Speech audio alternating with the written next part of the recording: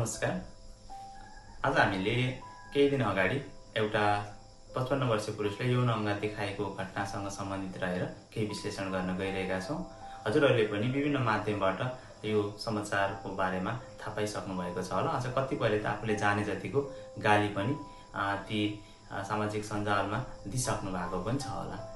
आज हामीले यसलाई एउटा फरक दृष्टिकोणबाट विश्लेषण गर्न गइरहेका छौँ। आशा छ हजुरहरूलाई यो भिडियो मन पर्नेछ र हाम्रो च्यानललाई पनि सब्स्क्राइब गरिदिनुहुनेछ। सार्वजनिक स्थानमा आफ्नो यौन अङ्ग देखाएर यौन उत्तेजना वा यौन आनन्द लिन्छ भने मनोविज्ञानमा त्यस्तो समस्यालाई एक्जिबिसनिस्टिक डिसअर्डर भनेर पनि भन्ने गरिन्छ। तर एकपटक देखाउँदैमा यसलाई हामीले समस्या भएको भनेर बुझ्न त मिल्दैन। तर योसँग अन्य विशेषताहरू पनि जोडिएको छ भने बल्ल यसलाई हामीले एक्जिबिसनिस्टिक डिसअर्डर भएको भनेर मान्न सक्छौँ।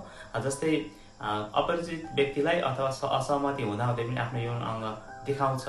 यौन अङ्ग देखाएपछि उसमा यौन उत्तेजना अथवा यौन आनन्द आउँछ। यस्तो व्यवहारहरू पटक पटक दोहोऱ्याइरहेको हुन्छ। अरूलाई डर असहजता उत्पन्न हुन्छ भने यसलाई हामीले मनोवैज्ञानिक रूपमा समस्या भएको भनेर हामीले बुझ्न सक्छौँ।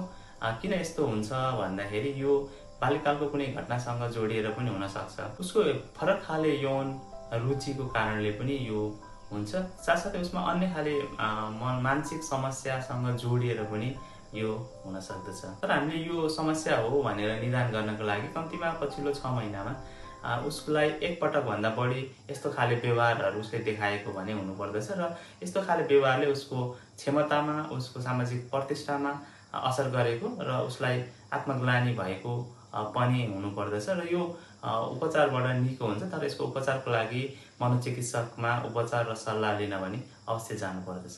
धन्यवाद।